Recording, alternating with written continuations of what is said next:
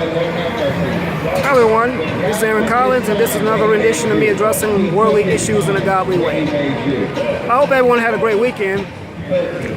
Weekend was pretty eventful. Had the Mayweather-McConnor fight. Mayweather won. What else went on this weekend? Let's see. Oh, we had the MTV VMAs. Celebration of music videos.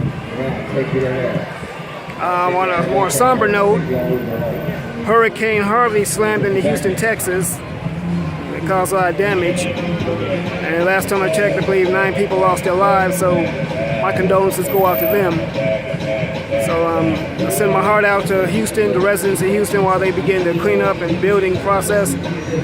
I'll see if I can try to do something to help them out, help them rebuild. And y'all should get out there and help them rebuild too, It's time for us to pull together as citizens. So now on to the business. One thing I want to talk about today is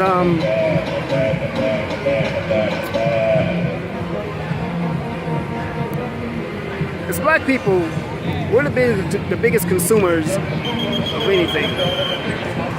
We do more consuming, more buying, but very little do we put back in our community, nor do we support one another. Why is that? As a people, we have been taught this system of racism has so much infected us, has caused us to not do business with each other. It's caused us to not even trust one another, including in the realm of business. The black dollar circulates around the black community one time before it leaves. One time. Compare that with the Jewish community and the Korean community. Their money circulates around their community at least 7 times before it leaves. Why is that? One thing, a lot of foreigners, they have a tighter bond with one another. They link up with one another. They have community resources surrounded to one another. And of course they do business with each other. They keep their business and the money in their own communities. Now as black people, as much money and as much wealth as we have amassed, there is no reason why we cannot keep money in our community. There's no reason why we can't keep businesses within our community.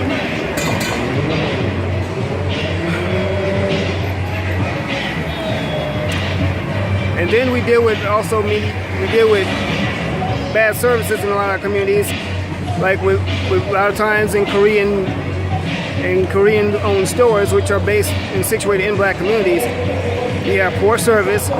Not to mention, they follow us around their stores and treat us like criminals in our own communities. But yet, we still support them. We still allow them to come in our communities. A lot of times, these people, they eat off of us. They send their kids to college off of us. We should not be doing that. We shouldn't accept second-hand service. It shouldn't be treated like criminals in our own community. That's why we need to pull together and get on code. One thing I can say about this, I've been following a little bit of the NFL boycott. Now, I'm glad that they're standing with Colin. That's good. I'm glad to see that there are more players that are starting to realize what's going on and stand with them. One thing that black players need to collectively realize is that it is our talent, it is black talent that fuels the NFL as well as the NBA. Without black talent, none of these franchises would be able to function. If they came in one collective mind and realized that, it is our talent that's keeping this going, we're not going to play until you do something about this system of racism and white supremacy and these police officers shooting down on our black people in this nation. We're not going to play until you assure us that we can be safe in our own country. And another thing I wanted to mention, another point, instead of, don't just fight the racism. If you're going to fight for the NFL, I think that we should also fight, instead of just being coaches, but how about having black team owners? How come we can't have black owners of the Chicago Bears or the Dallas Cowboys, Los Angeles Rams and Chargers? Why don't we have any black owners of the Seattle Seahawks? I can go on, but I think you see where I'm going with this. Instead of just fighting for the crumbs, we need to fight for the whole cake. Not even the slice, but the whole cake. Like I stated before, it is our talent, it is black talent that is fueling these industries. Black talent that's fueling these franchises. It's black talent that's causing Super Bowls and games to be won. It is black talent that is putting people in seats. So the point I'm making here is we need to start doing more. We need to start getting on code. We need to take care of one another. We need to look out for one another. We need to do business with one another. As black people, we need to come together more so than ever. And I sound like a broken record saying this. I'm really getting tired of having to say this. But the reason for me to say it keeps on happening. We still have black people disproportionately being outnumbered, disproportionately underrepresented. I mean, enough is enough. Something's got to give. And I'm starting with myself also. Now, this is once again, and I know I've said this before in many videos, this is not an attack on white people. This is an attack on white supremacy. This is an attack on systemic racism. This is an attack on institutional racism.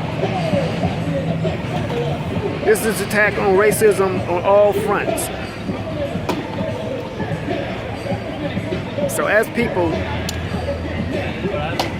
we need to start practicing unity. We need to start back practicing building. We need to practice keeping resources within our own community. One thing that they teach us in school is to graduate from high school, go to college, graduate from college, get a good job.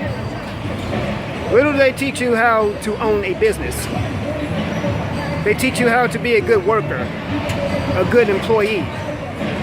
They don't teach you how to be a good CEO or a good COO in some businesses. They don't teach you how to own the franchise. They teach you how to be, well, like I said, an employee. We need to break that thinking. We need to teach business owning. We need to teach our people how to do, we just need to teach our people how to do better. I just wanted to send a shout out, to China Fox. China Fox is a black YouTuber who I subscribe to from Chicago, my hometown. She was recently a keynote speaker at a protest in Chicago. Don't know if anyone's heard of this, but I believe it was a Korean store owner, owned a store called Misha. It's on 47th Street. Anyway, there was an incident where someone threw hot coffee on a 70-year-old black woman.